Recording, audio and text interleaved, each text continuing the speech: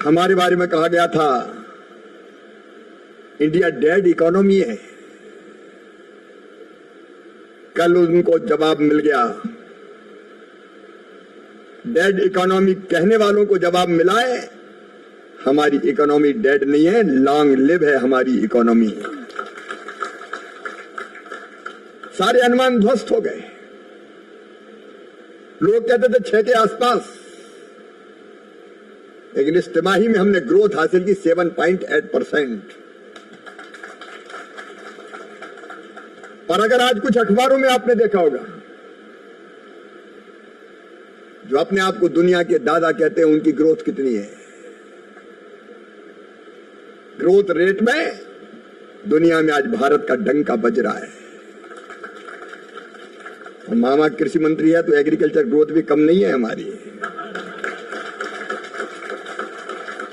Agriculture growth के बारे में कहा जाता है कि 1% हो गई तो बहुत है, 1%, 1.5%।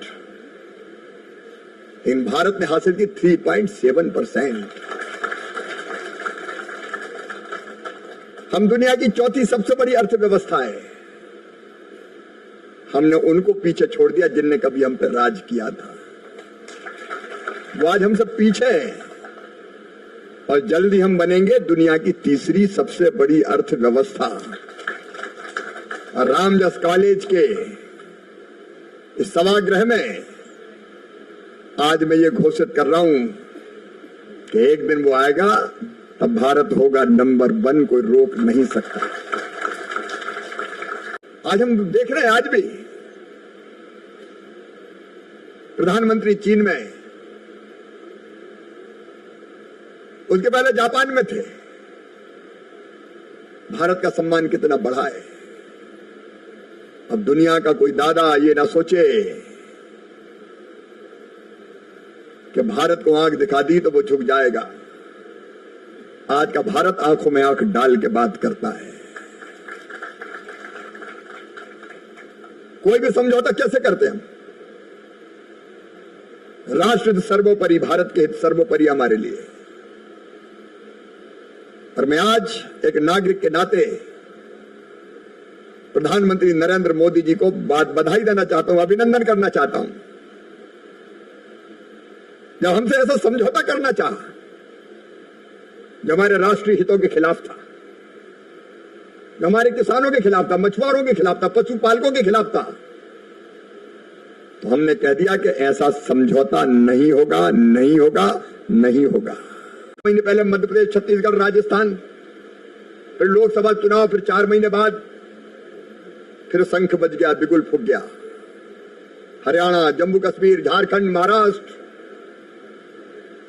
और वो चुनाव खत्म हुए नहीं कि दिल्ली का दंगल, जिसमें केजरीवाल साहब निपट गए। दिल्ली के चुनाव,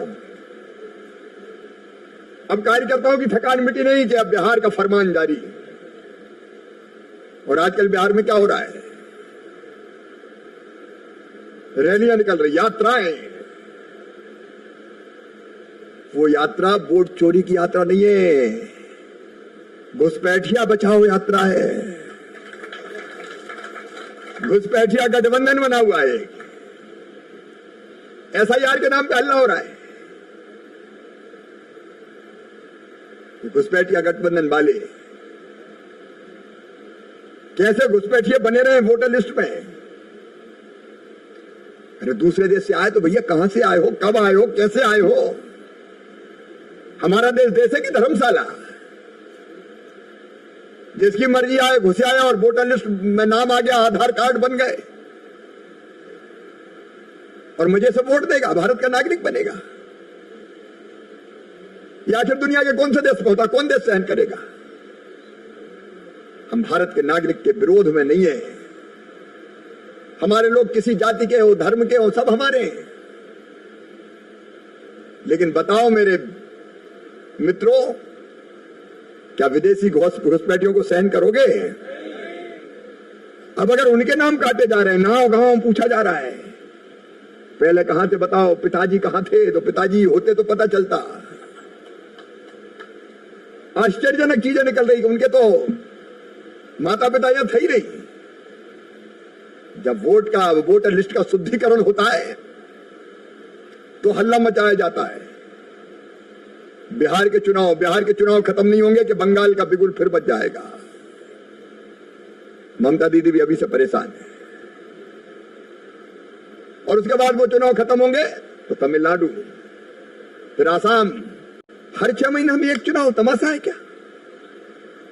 ये दुनिया के कौन से देश में होता है? और आप देखो, जब लगातार चुनाव की तैयारियां चलती है तो एक स्टूडेंट्स के नाते सोचो, स्टूडेंट लीडर के नाते सोचो, कितना नुकसान होता है देश का, विकास बाधित होता है। अरे भाई, सब चुनाव एक साथ करवाओ, मशीन रख दो पोलिंग बूथ पे। एक में एमएलए को उम्मीदवार के बटन दबाओ, दूसरे में एमपी को उम्मीदवार के बटन दबाओ, क्या तकलीफ है? एक साथ जाओ, एक इधर दबाओ, एक उधर दबाओ। एक आम सभा करो नेताजी की, तो एमएलए के लिए इसको वोट दो, एमपी के लिए उसको वोट दो, एक ही खर्चे में काम। एक बैनर बनाओ, एक तरफ एमपी साहब की सुंदर फोटो, एक तरफ एमएलए साहब की सुंदर फोटो। एक बैनर में काम चल जाए, एक होर्डिंग में काम चल जाए। एक गाड़ी में ही बोलो, बहनों और भाइयों, एमपी के लिए शिवराज जी को और एमएलए के लिए गजेंद्र जी को वोट दो। आप कल्पना करो, एक खर्चे में सब काम। और कार्यकर्ता भी बेचारा थकान मिटी नहीं कि फिर पर्चे पकड़ा दिए, जाओ दूसरे चुनाव में, वो बांट के परेशान है, अब इसको दो, अब इसको दो, अब इसको दो। 5 साल में उसको भी एक ही बार जाना पड़े। एक अनुमान है कि केवल चुनाव आयोग के माध्यम से चुनाव का जो खर्चा होता है, लगभग 4.5 लाख करोड़ रुपया बचेगा। अगर सब चुनाव एक साथ हो जाए तो सरकारी खर्चा 4.5 लाख करोड़ हर चुनाव में बढ़ता जा रहा है। एक साथ हो जाए, हो गया, खत्म क्या। लेकिन राष्ट्रहित सर्वोपरि, इसलिए कहने आया हूं, स्टूडेंट लीडर्स से मैं प्रार्थना करता हूं, देश की सोचो। इस संदेश को गांव गांव पहुंचाओ, अलग जगह जागरण का मंत्र फूंको, जो नहीं समझा उसको भी समझाओ। स्टूडेंट लीडर्स निकले, विद्यार्थी निकले, कैंपस के बाहर भी निकले, सभाएं हो, रैलियां हो, ह्यूमन चैन बने, सम्मेलन हो, सिग्नेचर कैंपेन चले और माहौल ऐसा बन जाए कि हर एक राजनीतिक दल सोचे कि अब इसका विरोध किया तो जनता अकल ठिकाने लगा देगी। जब तक ये नहीं होगा तब तक संभव नहीं है। और जब मुझे भी लगता है कि अभियान चलना चाहिए, और आपसे भी यही अपील करने आया हूं कि राष्ट्र हित की सोचो। कब तक चुनाव, कितने चुनाव? आगे बढ़ना है, बहुत आगे बढ़े, लेकिन और आगे जाना है। एक बात और जो मैं अंतरात्मा से कहना चाहता हूं, हमको चुनौती मिली है, उस चुनौती का मुकाबला करना है। एक अपील और प्रधानमंत्री ने की है कि हम स्वदेशी अपनाएं, हम अपने दैनिक जीवन में जितनी चीजें उपयोग में आती है वो देश में बनी ही खरीदें। तैयार हो कि नहीं हो? इंपोर्टेड का मोह बहुत बुरा रहता है, ये इंपोर्टेड का मोह छोड़ना पड़ेगा बच्चों। हमारे देश में कोई भी बनाता हो, कोई भी कंपनी हो, हमारे देश में बनाए और उस चीज को बनाने में हमारे देश के लोगों का पसीना लगा हो, उनने मेहनत की हो, उनको रोजगार मिला हो। अगर 140 करोड़ का भारत ये तय कर ले कि हम अपने देश में ही बनी चीज खरीदेंगे, तो दुनिया की बाकी देशों की, अमेरिका 30 करोड़ का है, 30 करोड़, यूपी बराबर हो जाएगा अभी थोड़े दिनों में अमेरिका। पूरे यूरोप मिला के 50 करोड़ और हम अकेले 140 करोड़। हम ही अगर खरीद ले तो दुनिया में बाजार ढूंढने की जरूरत ही नहीं पड़ेगी, बाकी लोग धरे रह जाएंगे। इसलिए बताओ, अपने देश में बना सामान खरीदोगे? अपने देश में बना सामान खरीदोगे तो मेरे साथ संकल्प लोगे।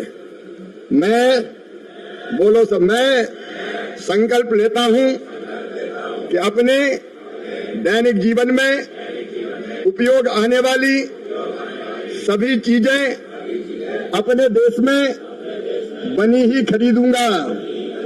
बोलिए भारत माता की।